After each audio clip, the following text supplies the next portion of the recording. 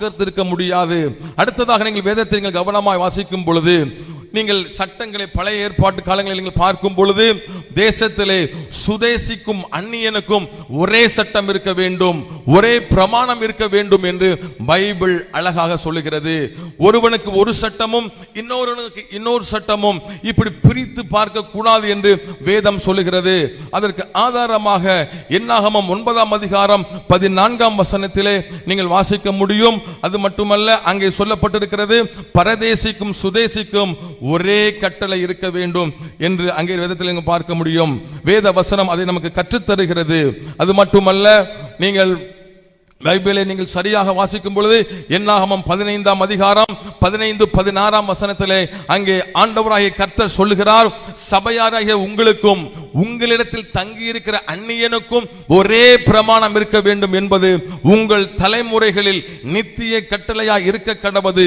கர்த்தருக்கு முன்பாக அந்நியனும் உங்களைப் போல இருக்க வேண்டும், கடவுளுக்கு முன்பாக அந்நியனும் நீங்களும் ஒரே மாதிரி இருக்க வேண்டும், ஒரே பிரமாணம் இருக்க வேண்டும், ஒரே சட்டத்திட்டங்கள் இருக்க வேண்டும், குறிப்பாக ஒரே விதமான வரி விதிப்பு இருக்க வேண்டும் என்று அங்கே கர்த்தர் சொல்லுகிறார்.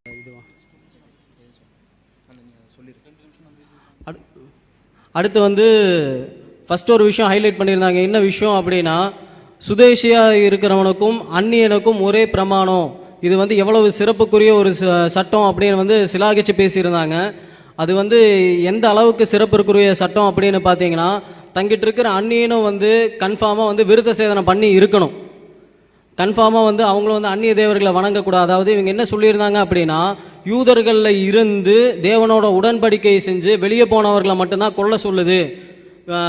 வாண்டடாக போய் எந்த ஒரு நிராகரிப்பாளர்கள்ட்டையும், அதாவது யூதனா இல்லாத புறஜாதியர்கள்ட்ட வாண்டடாக போய் போர் செய்ய சொல்லலை, புறஜாதியனா இருக்கணும் துன்புறுத்த சொல்லலை, யூதர்களிலிருந்து வெளியேறினவங்களை தான் அப்படி செய்ய சொல்லுச்சு அப்படின்ற ஒரு அடிப்படையை முன் வச்சாங்க.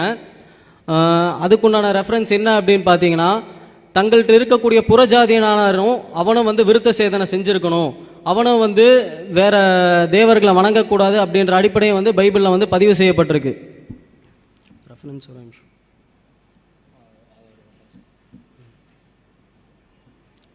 இங்கே இருக்கு வசனம் ஞாபகம் இல்லையா எதுவுமே. அடுத்ததாக இன்னொரு கருத்தை சொன்னாங்க.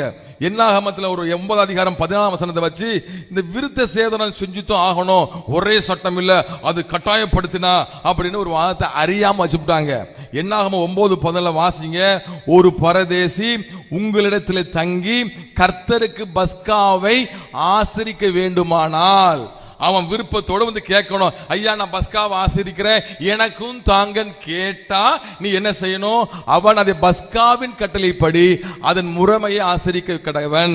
அவன் அப்படி கேட்டு வந்தானா அவனுக்கு சுன்னத் செய்யி விருத்த சேதனை செய்யி அதுக்கப்புறம் ஆசரிக்கட்டுப்பான்னு சொன்னாரு. இது வற்புறுத்தலா?